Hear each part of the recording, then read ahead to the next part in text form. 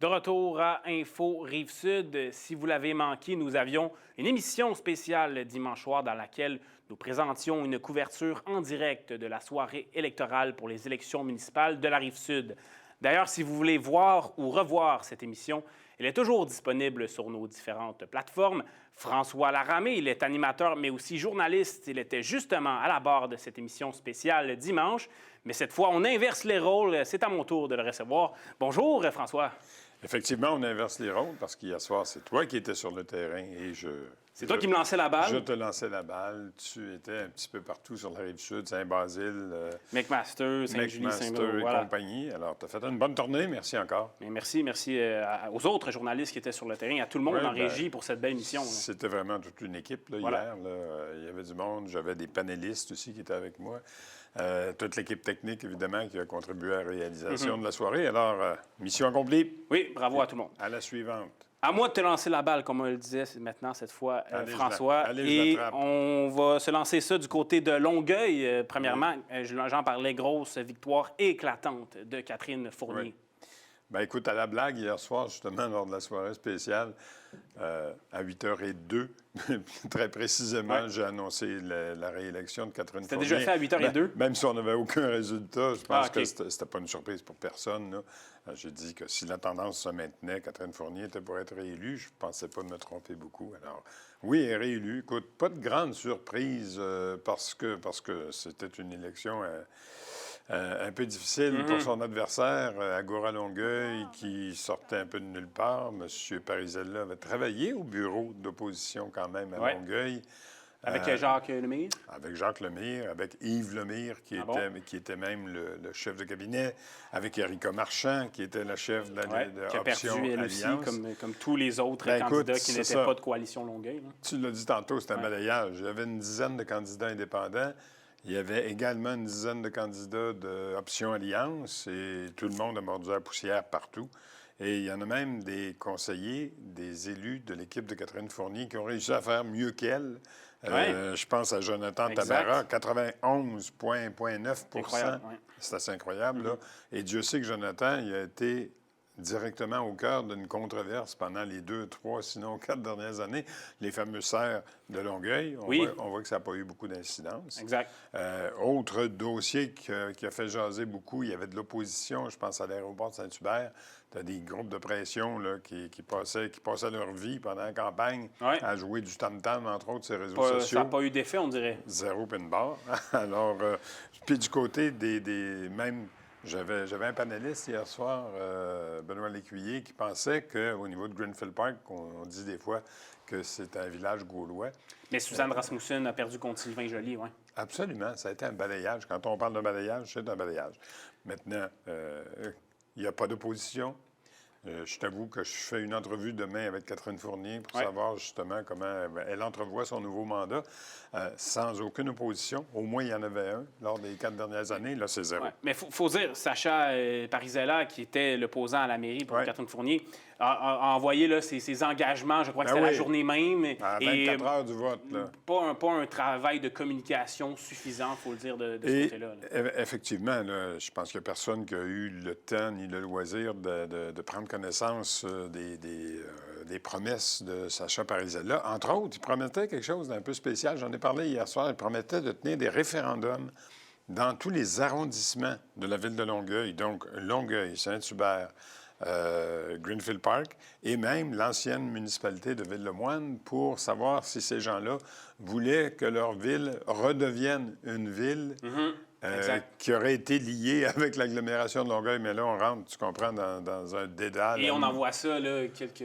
Non, bien, ça n'existe pas, là. C'était non seulement du virtuel, mais de l'impossible, parce qu'il y a toute une technicalité légale, là. Et le législateur provincial avait déjà statué sur l'agglomération de Longueuil, sur sa constitution. Alors, avant de réouvrir ça, je vais te dire qu'il va tomber des clous. Voilà.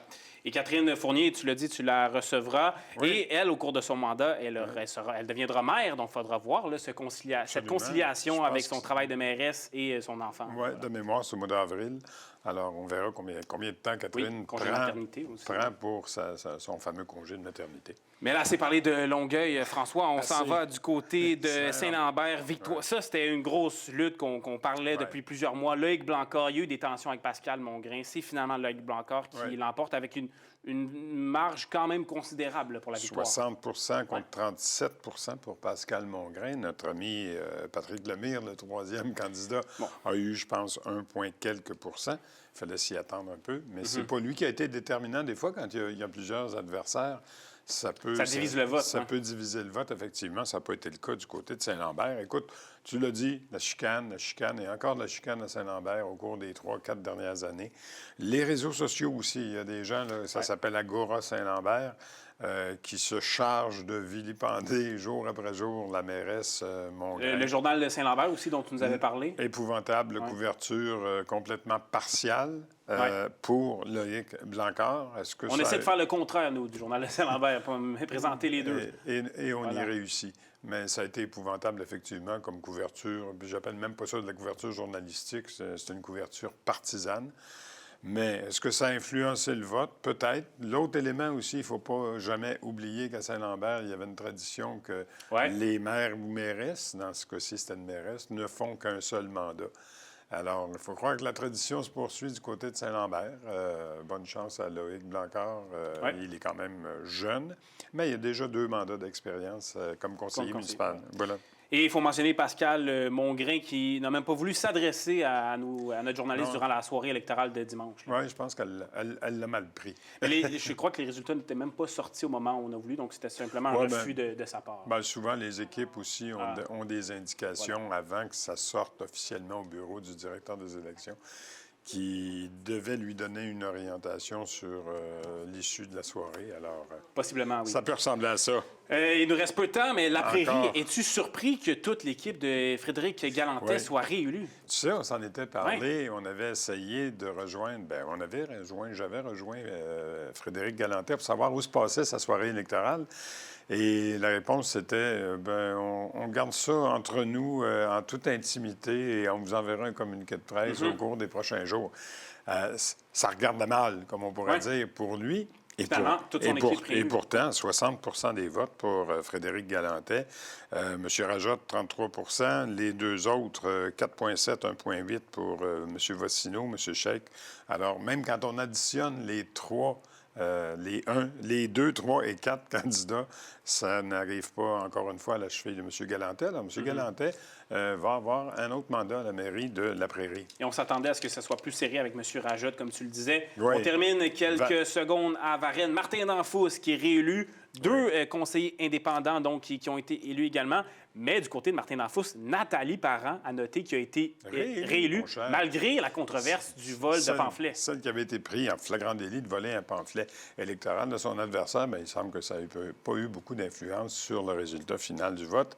Oui, Martin Danfous est réélu avec 80 19 de son adversaire Bruno Lavoie. Les 2 candidats indépendants qui sont réélus, ce sont des conseillers municipaux qui étaient déjà en poste à Varennes. Il y en a un qui avait démissionné de l'équipe de Martin Danfous, et l'autre, c'est Karine Durocher, qui va obtenir un 2e mandat. Encore une fois, le maire Danfous, dans ses commentaires de fin de soirée, a déploré les opérations de salissage qu'il y a eu, particulièrement au niveau des réseaux sociaux, encore une fois. Souvent une histoire qui se répète donc pour ce qui est des élections municipales. Mais elles sont terminées maintenant et je te remercie pour ton travail, François. On passe au provincial, probablement. Exactement. Merci. C'est ce qui complète Info Rive-Sud. On se retrouve mardi 17h. À la prochaine.